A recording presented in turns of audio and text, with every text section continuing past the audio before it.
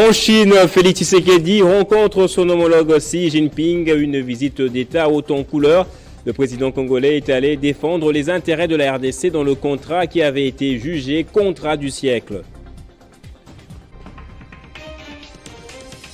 Mais à Kinshasa, l'opposition congolaise de plus en plus malmenée par le pouvoir, Matata Ponyo a été empêché de tenir une conférence scientifique à Kenge dans le Kwango. Selon plusieurs médias, c'est le gouverneur de province qui aurait placé des policiers et interdit l'activité. Et entre-temps, la police a présenté le bilan du sit-in à empêcher de l'opposition. Aucun blessé ni décès chez les manifestants. Mais les forces de l'ordre ont enregistré quelques cas de blessés dans leur rang. Et nous sommes déjà pendant la saison sèche, vous le savez, à chaque temps son lot de maladies. Comment se prévenir des grippes et des autres maladies saisonnières? Vous allez suivre dans ce journal le conseil d'un médecin. Bon début de week-end et bienvenue dans ce journal, madame, monsieur. Il devait tenir une conférence scientifique ce vendredi à Kenge dans le Kwango avec les étudiants. L'activité n'aura plus lieu en cause les locaux bloqués et assiégés par la police sur ordre du gouverneur de province, rapportent les médias. Matata Ponyo est le deuxième opposant en une semaine à voir son déplacement être intercalé et empêché par la police. Visiblement, le pouvoir est déterminé à mettre en difficulté les adversaires politiques en République démocratique du Congo. Après l'interdiction de Moïse Katumbi à se rendre au Congo central, cette fois-ci, c'est Matata Ponyo de payer les frais. À Kenge, dans la province de Kwango, alors que tout était déjà mis en place pour accueillir Matata Ponyo afin de tenir une conférence avec les étudiants de la province. Quelle ne fut pas la surprise désagréable de l'homme à la cravate rouge d'apprendre sur place, comme les étudiants qui sont arrivés, que la conférence n'aura pas lieu sans donner des raisons valables. Cela n'a pas empêché à l'ancien Premier ministre Matata Ponyo d'échanger avec la foule à l'extérieur, tout en insistant sur la bonne gouvernance et le leadership. C'était en même temps une satisfaction et une tristesse pour les étudiants d'entendre Matata Ponyo à l'extérieur de la salle. Non! La dictature a peur qu'on puisse montrer la lumière aux fils de Kenge. La dictature veut maintenir les fils et les filles de Kenge dans l'obscurité, dans l'obscurantisme. Les étudiants se disent déçus de ce qui s'est passé. Nous sommes venus assister à la conférence organisée par Matata Ponyo, mais nous sommes surpris d'apprendre que la salle a été fermée sur ordre du gouverneur de province.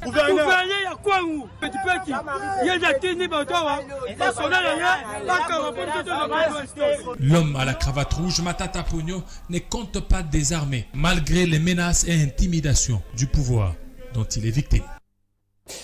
Et lui, il a été présent sur le terrain pendant la période sombre de la RDC en début de ce millénaire, marqué notamment par la mort de Mouzé Laurent Désiré Kabila. Le journaliste belge et documentariste Arnaud Zastman était de passage sur Télé 50 et on a profité pour revenir sur l'une de ses enquêtes présentées dans l'un de ses films. Enquête qu'il avait justement conduit à découvrir les auteurs de cet ignoble assassinat. Je vous propose de l'écouter.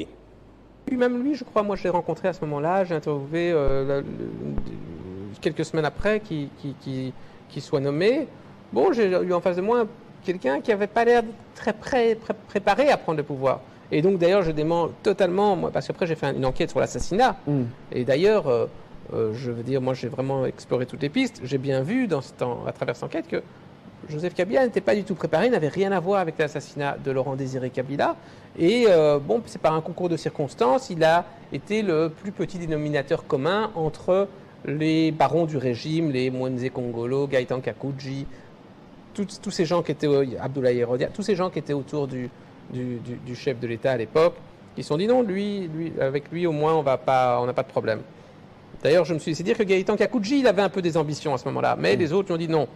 Ça sera le fils. C'est le testament verbal qu'a laissé Laurent Désiré Kabila. En cas de vide de vacances, s'il m'arrive quelque chose, parce qu'il se savait menacé, c'est Joseph qu'il faut nommer.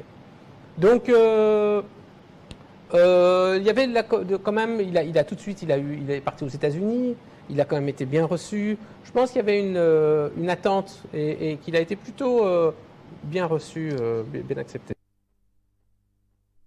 Et le président de la République, Félix-Antoine Tshisekedi, avant son voyage, avait signé plusieurs ordonnances présidentielles portant notamment nomination dans les entreprises publiques de l'État. Il s'agit notamment de la Société nationale des hydrocarbures du Congo, de la Société Total Énergie Marketing, de la Société congolaise des industries de raffinage et du mécanisme national de suivi de l'accord cadre d'Addis Abeba. Au terme de ces ordonnances présidentielles, Marcelin Bilomba a été remplacé à la direction générale de la Société nationale des hydrocarbures du Congo par Augustin Kouba, qui était avant sa nomination directeur de cabinet du ministre des hydrocarbures. L'acteur de la société civile Christopher Ngoï-Moutamba est nommé PCA de la Congolaise des voies maritimes, alors que Jean Baudouin Mayo de la Sonaïdroc. Le professeur Alphonse Toumbaloaba prend la tête du mécanisme de suivi de l'accord cadre d'Addis Abeba. Et près d'une vingtaine des présumés criminels opérant avec des armes à feu et armes blanches dans la ville de Kinshasa ont été présentés et arrêtés hier mardi à la presse par les hommes de Sylvano Kasongo. Plusieurs bandes de criminels et bandits à main armée sont tombés dans les filets de la police dans la ville-province de Kinshasa.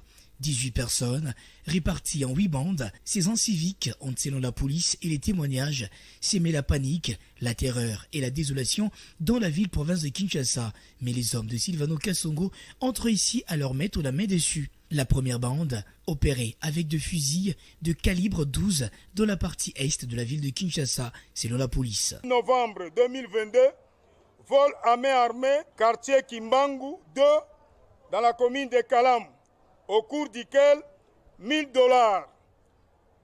américains, des bijoux en or et des téléphones cellulaires ont été emportés. Dans les mêmes circonstances de temps et de lieu, une de ses filles fut violée et son frère, M. Mbilizi Charles, blessé par balle au niveau de la hanche. La même nuit, vol à main armée, quartier Yolo Nord, dans la commune de Kalam. Il a été saisi entre leurs mains 3 armes calibre 12 qui sont là-bas et 8 munitions communément appelées 00 et une cagoule. Parmi les personnes arrêtées figure aussi Gaylor Siwa qui opérait en solo en volant de véhicules dans des parkings de supermarchés, des écoles et des églises. Quelques chefs des gangs, les plus réputés aussi, ont été mis hors état de nuire. Et je le disais dans le sommaire, c'est l'une de ses grandes visites à l'étranger depuis son accession à la tête du pays. Félix Tshisekedi a rencontré ce vendredi son homologue chinois Xi Jinping. Le président congolais y est allé renégocier les termes du contrat du siècle qui, selon un rapport récent de l'inspection générale des finances de la RDC, s'est avéré très déséquilibré pour Kinshasa. Il s'agit de la première visite de Félix Tshisekedi en Chine depuis le début de son mandat. Elle vise à redéfinir les bases du partenariat entre la RDC et le géant asiatique. Et le changement de saison de pluie à la saison sèche s'observe déjà sur la ville-province de Kinshasa. Pendant cette saison, l'environnement influence toujours d'une manière ou d'une autre l'organisme de l'homme. La saison sèche vient avec plusieurs maladies dues à l'humidité telles que la pneumonie, les bronchites, l'asthme, les rhumes, la toux, les conjonctivites. Alors que faire pour se prévenir de cela? Docteur Pascal Chamala, médecin des hôpitaux, nous explique. Il est au téléphone de Laetitia Kutupuka. Et lorsque la saison change, par exemple, lorsque nous entrons dans la saison sèche, elle est beaucoup plus fraîche, c'est-à-dire que les températures baissent. Et à ce moment-là, il y a beaucoup de gens qui vont manifester certaines maladies comme de l'asthme. Il y a beaucoup de gens qui font des crises d'asthme. Il y a beaucoup de gens qui vont faire des maladies de voies respiratoires du genre grippe, ainsi de suite. Et donc, la saison fait que l'environnement de vie change. En tout cas, la température, l'atmosphère en général change, et cela a des implications sur les êtres qui vivent dans cet environnement-là. Oui, bon, dans certains pays, lorsque on est dans des saisons comme ceci, les gens qui sont vulnérables, par exemple pour les voies respiratoires, ils reçoivent des vaccins.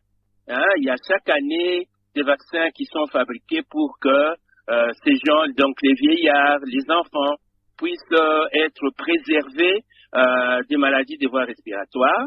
Par contre, les autres, les adultes qui sont asthmatiques, etc., ils vont beaucoup plus fréquenter les choses, les spécialistes en maladies des poumons. Sourire aux lèvres, ces Amazones accueillent les personnes qui vont siroter un verre de bière dans les bars, ces filles qui servent dans les bars, les terrasses, les boîtes de nuit et autres. Tous ne les regardent pas de la même manière. Si pour certains, ces filles sont des travailleuses comme tout le monde, pour d'autres, par contre, ces Amazones auraient des mœurs légères. Crispin Tibunkoufoua a approché l'une d'elles pour en savoir plus. Nous sommes à Capella, l'une des places les plus ambiancées de la commune de Kalamou, au centre de la capitale congolaise. Akasiango Mangunza est l'une des 3 serveuses qui travaillent dans cette terrasse. Il y a 2 ans qu'elle est engagée ici. Bien qu'elle soit employée, elle est en même temps élève en 5e année des humanités. Elle alterne études et travail pour un salaire mensuel de $70 qui lui permet de payer ses études et soutenir la famille. Certains clients ont tendance à la traiter comme une prostituée. Dans notre travail des serveuses, nous rencontrons beaucoup de problèmes. D'autres clients viennent avec l'intention de sortir avec les serveuses, alors que les serveuses viennent pour travailler sans arrière-pensée, juste pour trouver ou chercher de quoi payer les frais scolaires. Carmela Mouteba fréquente de temps en temps cette terrasse où elle bénéficie des services d'Acacia et ses collègues. Face aux clients qui considèrent ces Amazones comme des prostituées, Carmela exhorte les filles à adopter un comportement responsable et ne pas se laisser faire. Après avoir été servi, il arrive à d'autres clients de laisser un pourboire aux serveuses. Certaines parmi elles sont alors attirées par ces billets des banques pour sortir avec ses clients. Si c'est pour abuser d'elle, ce n'est pas une bonne chose. Vous pouvez aussi avoir des petites sœurs qui pourront subir les mêmes traitements. S'il faut lui donner un pourboire pour son accueil, faites-les sans arrière-pensée. Élisée Kopa Aminata est responsable de cette terrasse dans la commune de Kalamou. Son business est un gagne-pain pour elle-même et les serveuses qu'elle emploie. Et elle s'insurge contre les patronnes qui maltraitent les employés et les utilisent comme instrument pour attirer la clientèle. Je ne la considère pas comme une esclave. Je l'ai embauchée pour travailler. Je la considère comme ma petite sœur, à moins qu'elle n'abuse de ma confiance. Aussi, je décourage tous ceux qui considèrent le service comme des esclaves. Ce n'est pas bien.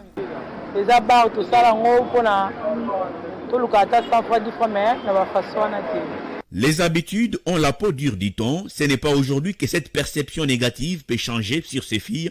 Ces Amazones ont intérêt à se comporter dignement pour imposer respect.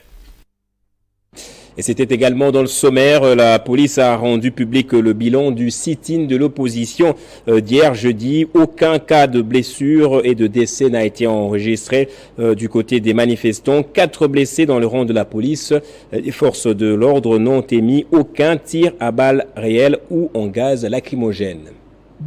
D'après ce communiqué officiel de la police nationale congolaise parvenu à la presse, aucun cas de blessure ni de décès n'a été enregistré lors du sit-in de l'opposition organisé dans la journée de jeudi. La police se félicite du fait que les forces de l'ordre n'ont émis aucun tir à balles réelles ou en gaz lacrymogène durant toute la manifestation des 4 leaders qui se sont vus empêchés de franchir les barrières érigées par les éléments de la police. Mais le même bilan rendu public par le commissaire divisionnaire Silvano Kassongo rapporte que 4 policiers ont été blessés suite aux provocations des manifestants. Selon certaines sources dignes de foi, au moins 2 hommes qui formaient une ceinture de protection autour de l'opposant Moïse Katumbi ont été brutalisés par la police. Les 4 leaders de l'opposition, qui ne comptent pas se laisser faire, promettent déjà des nouvelles manifestations le jeudi prochain devant le siège de la Commission électorale nationale indépendante pour notamment dénoncer un processus électoral chaotique. Et la gouverneure de la province de Tshopo a dépêché une forte délégation dans la commune de Lubunga avec à sa tête le ministre provincial de l'Intérieur Jean-Norbert Lokula Loli Sambo pour suivre de près la situation sécuritaire dans cette partie de la province. Sur instruction de la gouverneure de province, Madeleine Nikomba Sabango, à la tête d'une forte délégation, le ministre provincial de l'Intérieur, Jean-Norbert Lokula Loli Sambo, est descendu dans la commune de Lubunga. Après une séance de travail avec les colonels du commissariat urbain de Lubunga, sous escorte de la police, la délégation a visité les villages les plus touchés, à savoir PK8, 16, route Opala, avant de chuter à la prison d'Ossio. Au PK16, Jean-Norbert Lokula s'exprime. Son Excellence Madame la gouverneure, Maître Madeleine Nikomba Sabango, il a pris de son bon vouloir d'envoyer cette délégation ici. Au PK16, c'est là où les actes de barbarie ont commencé. La génie militaire est venue ici pour commencer dès demain à construire des maisons pour les déplacer afin que chaque population puisse regagner son domicile. Une occasion pour la gouverneure de province de chercher à savoir si réellement les génies militaires et policiers sont déployés car à ces terres où règne maintenant la paix, l'heure est à la construction des cases pouvant abriter les ménages ayant perdu leur maison par incendie volontaire. C'est de mon devoir de pouvoir traverser pour voir ce qui s'est passé de l'autre côté là-bas. Bien, il y a une partie de la population qui s'est réfugiée au niveau du centre d'instruction. Voilà pourquoi nous avons préféré entrer dans les camps pour voir les compatriotes qui se sont réfugiés là-bas, leur transmettre les messages de Madame la gouverneure pour dire que la paix et la sécurité est rétablie. Après les points kilométriques 8, 16 et 17, la même délégation va se rendre sur la route Ubundu dans un avenir proche. Et en sport à présent, football féminin, la 14e édition a été lancée ce jeudi à Lubumbashi dans le Haut-Katanga. Champion en titre, le FCF Mazembe a laminé Bana FJKK par 5-0 par 2 matchs. Ce vendredi, la compétition va se poursuivre ce samedi avec 2 matchs à l'affiche, toujours au stade Kibasa Maliba. Le CS Manika de Kolwezi jouera de Kananga et à 15h30, le FCF Lupopo de Lubumbashi va en découdre avec le Black Star de Bandundu. Revenons sur le match d'ouverture pour écouter les réactions des coachs. Tout d'abord, c'est le premier match du championnat. La première victoire, c'est bien de commencer par 3 points. Au début, on n'a pas pu imposer notre jeu, la première mi-temps, mais au deuxième mi-temps, j'ai parlé avec les joueuses de imposer notre jeu. Donc c'est pour cela qu'on a dominé presque toute la deuxième mi-temps. C'est un nouveau terrain pour nous. Donc bien sûr, on va beaucoup travailler, on doit corriger nos erreurs. Ils ont un débat avec le président. Il y avait un problème avec le président. Il a fallu qu'on leur donne de l'argent avant de venir. Parce que moi j'étais ici à Lubumbashi depuis hier. Et ils sont venus aujourd'hui. Donc le mental de mes joueuses était un peu très bas. Parce que pour moi, en premier mi-temps, ils ont respecté la consigne. Les consignes de premier mi-temps étaient bonnes, mais pour la deuxième mi-temps, ils n'ont pas respecté les consignes que je leur ai données. Leur mental n'était pas au point.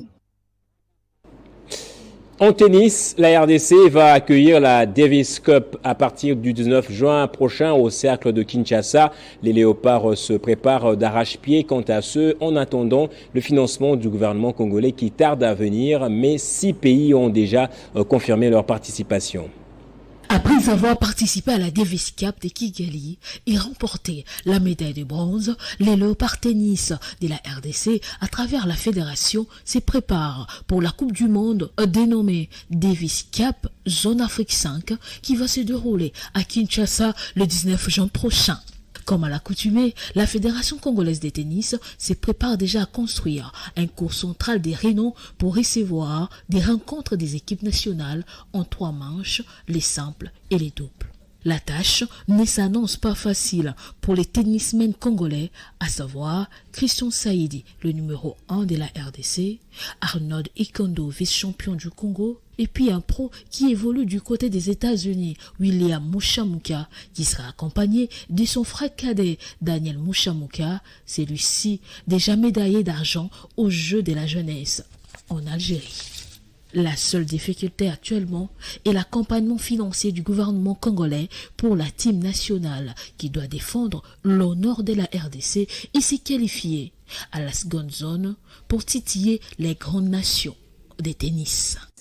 Nous disons soutien aux léopards. Les léopards, mais pas que dans le football. Les léopards, c'est toute équipe nationale, et surtout qui participe dans ces genres d'enjeux et qui nous ramène de médailles. Donc, ce que je peux dire, c'est vraiment les encourager et remercier aussi le gouvernement. Insister que le gouvernement puisse accompagner les jeunes, que le gouvernement mette le moyen pour que tous ces trophées, toutes ces médailles font partie de la relance. À ces jours, 6 pays ont déjà confirmé leur participation à ce rendez-vous de la petite balle jaune à Kinshasa. Place au rappel des titres à présent. En Chine, Félix Tshisekedi rencontre son homologue Xi Jinping. Une visite d'État haute en couleur. Le président congolais est allé défendre les intérêts de la RDC dans le contrat qui avait été qualifié de contrat du siècle. Mais à Kinshasa, l'opposition congolaise, de plus en plus malmenée par le pouvoir, Matata Ponyo a été empêché de tenir une conférence scientifique à Kenge dans le Kwango. Selon plusieurs médias, c'est le gouverneur de province qui aurait placé des policiers devant les locaux et interdit l'activité. Et entre-temps, la police a présenté le bilan du sit-in empêché de l'opposition. Aucun blessé ni décès chez les manifestants, mais les forces de l'ordre ont enregistré quelques cas des blessés dans leur rang. Et le changement de saison de pluie à la saison sèche s'observe déjà sur la ville-province de Kinshasa. Vous le savez, à chaque temps, son lot de maladies commence à prévenir des grippes ou des maladies saisonnières. Vous avez suivi le conseil du docteur Pascal Chamala. Restez avec moi pour la revue de presse à présent.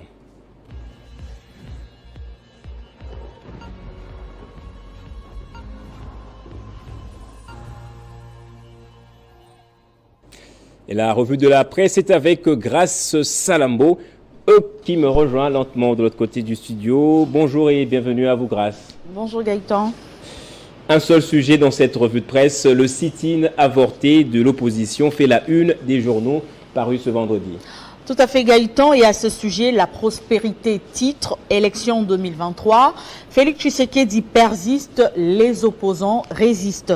Ce journal rapporte qu'à partir de la Chine, où il effectue une visite d'État, Félix Tshisekedi décline toutes ses responsabilités sur les conséquences de toutes les manifestations organisé à l'initiative de Moïse Katumbi, Martin Fayulu, Matata Ponyo et Delis Sanga sous les couleurs de l'opposition. Selon lui, en effet, cela, c'est-à-dire les 4 opposants, savent ce qu'ils cherchent. Pendant ce temps à Kinshasa, les concernés étaient jeudi devant, sur le boulevard du 30 juin pour organiser un sit-in devant la CENI. D'après ce journal, malgré les dispositifs sécuritaires impressionnants et adaptés à la mesure de tous les dangers et enjeux, ils ont été là jusqu'à ce qu'ils réalisent que l'accès leur était fermé avant de rentrer vers leur QG de Faden House à Lagombe pour une séance d'évaluation. Et ses opposants, notamment Martin Fayulu, Delis Sanga, Matata Ponyo et Moïse Katumbi, exigent la démission du gouverneur de la ville, Gentili Ngobila, et en même temps il rejette la balle à Félix Tshisekedi, quoique absent de Kinshasa, la capitale. Africa News revient également sur les propos de Félix Tshisekedi contre ses 4 opposants. Le chef de l'État a accusé ce dernier d'entretenir un agenda caché pour boycotter les élections et installer la désolation en créant des tensions et des conflits au pays, rapporte le Tri hebdomadaire. Abordant le même sujet, Congo Nouveau note, titre plutôt, sit-in manqué de l'opposition, la police bloque, l'opposition gagne. Ayant été mis dans l'impossibilité de manifester, l'opposition a fait enregistrer à l'histoire une nouvelle preuve de l'intolérance politique et du recul de la démocratie. De l'autre côté, l'opposition a pu faire entendre sa voix à la face de la communauté internationale à travers les médias présents qui, eux aussi, ont subi le blocus de la police. Et contrairement au journal Congo Nouveau, pour l'avenir, l'opposition a encore échoué. Selon ce quotidien, une fois de plus, l'opposition politique constituée de Martin Fayoulou, Moïse Katumbi, Matata Pogno et Delis Sanga a échoué sa deuxième tentative qui consistait non seulement à mobiliser les Congolais, mais aussi à faire un sit-in à la CENI pour fustiger ce qu'elle qualifie de processus électoral chaotique.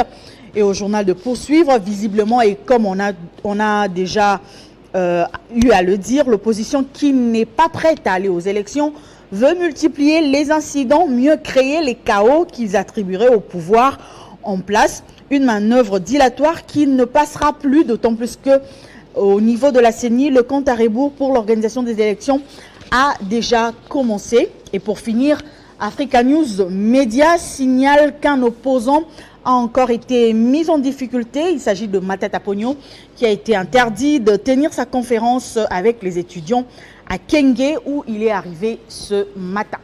Merci beaucoup Grace Salambo pour cette lecture transversale. C'était un plaisir.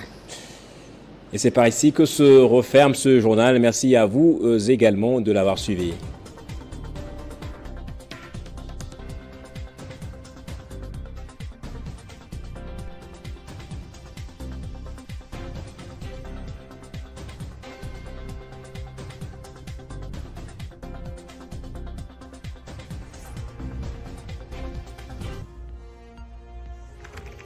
L'actualité reste en continu.